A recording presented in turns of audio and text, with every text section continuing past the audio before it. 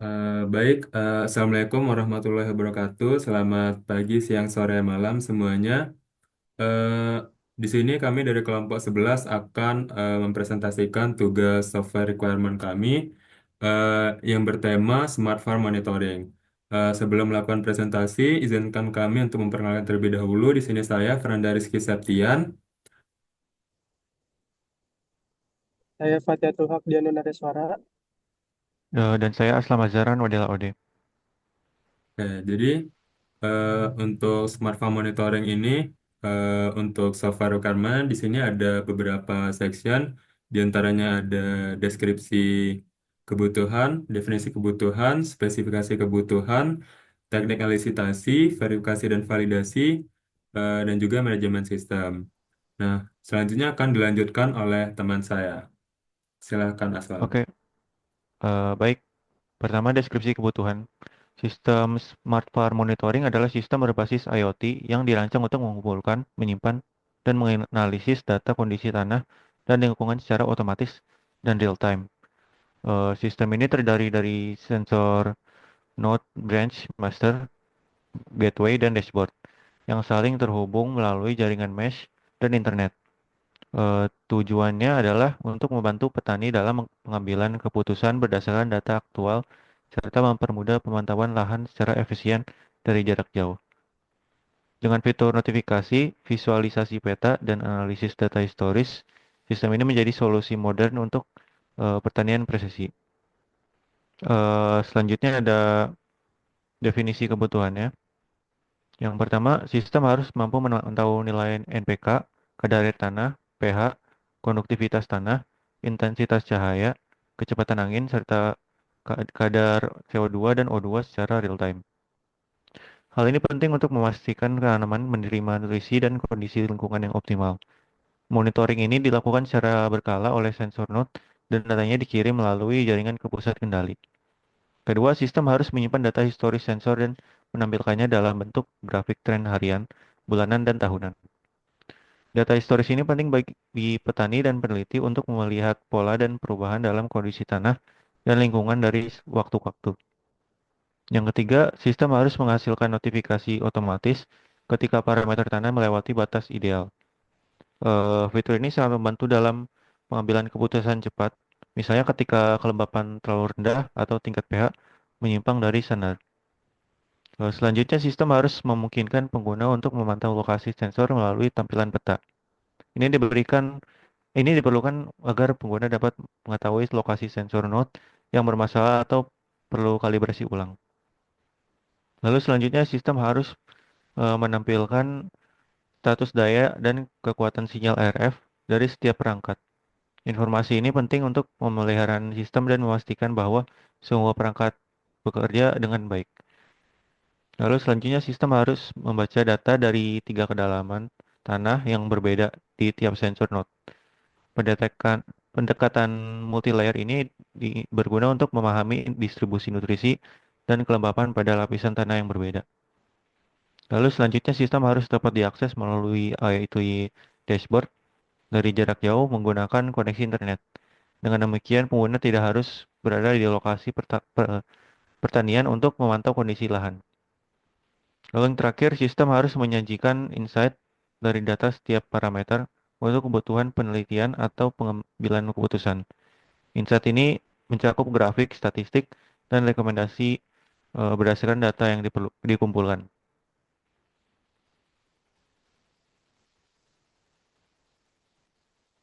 Selanjutnya bisa dilanjutkan teman saya. Selanjutnya spesifikasi kebutuhan, di mana terdapat dua, yaitu kebutuhan fungsional dan kebutuhan non-fungsional. Di mana pada kebutuhan fungsional yaitu sensor harus mengukur nilai NPK, kelembaban tanah, pH, konduktivitas tanah, cahaya, kecepatan angin, CO2, dan O2 secara berkala. Sensor ini menjadi ujung tombak sistem dalam mengumpulkan informasi kondisi lingkungan dan tanah. Scroll down. Data dari sensor dikirim ke transmaster dan diteruskan ke gateway melalui jaringan mesh. Arsitektur ini memungkinkan sistem bekerja dalam skala besar dengan efisiensi tinggi. Tapi harus mengunggah data ke platform IoT berbasis web secara real-time. Ini memastikan data selalu tersedia dan dapat diakses kapan saja. Sistem harus menyimpan dan menampilkan data historis dalam bentuk graf, tren yang dapat difilter berdasarkan waktu. Fitur ini sangat membantu dalam analisis data untuk memahami kondisi jangka panjang. Sistem harus mengirimkan peringatan otomatis ke petani saat nilai sensor melewati ambang batas. Notifikasi dapat berbentuk pesan di dashboard atau notifikasi ke perangkat mobile. Dashboard harus dapat menampilkan lokasi perangkat pada peta interaktif. Hal ini membantu visualisasi sebaran perangkat dan monitoring area. Sistem harus membaca data dari 3 level kedalaman tanah dan menampilkannya secara terpisah. Ini berguna untuk mengetahui perbedaan kondisi tanah antar lapisan. Sistem harus memiliki fitur untuk menampilkan kekuatan sinyal RF dan status baterai tiap perangkat. Dengan informasi ini, pengguna dapat segera melakukan tindakan preventif jika ada gangguan. Selanjutnya, kebutuhan non-fungsional. Sistem harus memiliki waktu respons maksimum 3 detik dari sensor ke dashboard. Ini memastikan data yang ditampilkan selalu up to date. Sistem harus dapat diakses melalui berbagai perangkat seperti PC dan smartphone. Ini memudahkan pengguna dalam berbagai kondisi. Sistem harus mendukung konektivitas internet dengan keamanan akses yang memadai. Keamanan ini penting untuk melindungi data pertanian yang sensitif. Data harus dienkripsi saat ditransmisikan dari gateway ke IoT dashboard. Ini menghindari risiko peretasan atau manipulasi data. Antar muka pengguna harus intuitif dan mendukung monitoring secara real-time. Antar muka yang baik mempermudah adopsi sistem oleh pengguna dari berbagai latar belakang. Sistem harus dirancang modular agar mudah ditingkatkan atau ditambahkan sensor baru di masa depan. Ini penting untuk fleksibilitas dan keberlanjutan sistem. Selanjutnya akan dilanjutkan oleh teman saya. Baik, selanjutnya itu ada em, teknik elistasi. Nah, jadi teknik elistasi ini merupakan salah satu cara yang digunakan untuk melakukan pendekatan terhadap pengguna atau user baik secara langsung maupun secara tidak langsung. Dengan teknik elistasi ini, maka nantinya developer dapat memahami ekspektasi apa, masalah apa, dan juga kondisi nyata yang dihadapi oleh petani dalam penggunaan teknologi. Nah, di sini terdapat beberapa pendekatan dalam teknik elistasi. Yang pertama yaitu interview, di mana interview ini dilakukan dengan mewawancarai petani untuk mengidentifikasi kebutuhan dasar mereka dalam pemantauan dan juga pengelolaan lahan pertanian mereka, di mana proses ini melibatkan pertanyaan terbuka mengenai keseharian dari kegiatan pertanian petani tersebut, kemudian masalah apa yang sering dihadapi, terus ekspektasi apa yang mereka inginkan terhadap penggunaan teknologi, sehingga nantinya developer dapat mendapatkan gambaran nyata terhadap fitur yang paling dibutuhkan untuk sistem yang ingin dibangun. Nah, kemudian ada skenario based analysis, di mana teknik ini menggunakan simulasi kondisi lingkungan ekstrim seperti kekeringan panjang, hujan deras, ataupun perubahan cuaca yang mendadak untuk menguji ketanggapan dari sistem. Eh, dengan skenario based analysis ini, developer dapat membayangkan bagaimana sistem seharusnya dapat merespons dan juga menanggapi terhadap setiap skenario dari kondisi ekstrim yang tadi, sehingga nantinya dapat dikembangkan sebuah solusi yang adaptif dan juga tangguh terhadap kondisi-kondisi eh, yang nantinya dapat menjadi ancaman kepada petani. Dan terakhir yaitu ada prototyping yang merupakan pembuatan model awal yang digunakan untuk menguji secara langsung ide dan konsep dari desain yang sudah direncanakan. Prototipe ini membantu petani atau user untuk memahami cara kerja sistem, sehingga nantinya dari si user dapat memberikan feedback atau masukan awal terhadap interface dari sistem, kemudian juga dapat memungkinkan evaluasi fungsional sebelum pengembangan lebih lanjut dilakukan oleh developer. Nah, kemudian kelima ada validasi dan verifikasi. Pertama yaitu validasi.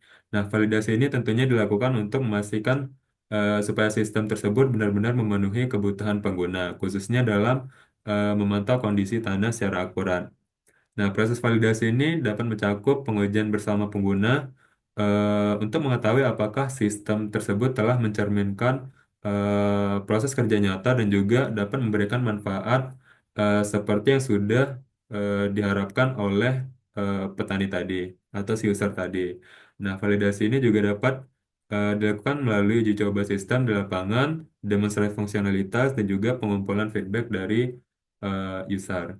Nah, kemudian setelah dilakukannya validasi, tentunya kita melakukan verifikasi yang mana untuk menguji apakah sistem tersebut sudah sesuai seperti yang dituliskan pada eh, kebutuhan sistem sebelumnya.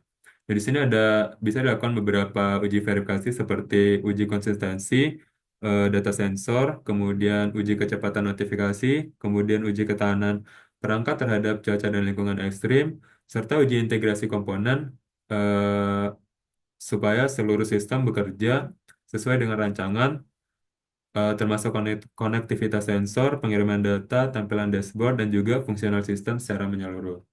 Terakhir yaitu manajemen sistem, di mana manajemen sistem ini diperlukan untuk memastikan bahwa perangkat lunak atau sistem itu tetap relevan dan juga dapat berkembang seiring waktu tergantung masalah yang dihadapi oleh user. Nah, aktivitas ini dapat mencakup pemeliharaan, kemudian penyesuaian terhadap kebutuhan dari sistem atau usernya, dan juga pengelolaan dokumentasi teknis secara berkelanjutan. Sistem harus mendukung penambahan sensor baru tanpa gangguan terhadap sistem yang sudah berjalan. Kemudian, pengguna harus bisa menyesuaikan nilai ambang batas langsung dari dashboard tanpa perubahan fisik perangkat. Dan terakhir yaitu setiap pembaruan sistem harus didokumentasikan untuk memudahkan manajemen untuk jangka panjang nantinya. Mungkin itu aja presentasi dari kelompok 11 terkait Smart Farm Monitoring. Mohon maaf atas segala kekurangan. Bila taufiq wal hidayah. Wassalamualaikum warahmatullahi wabarakatuh.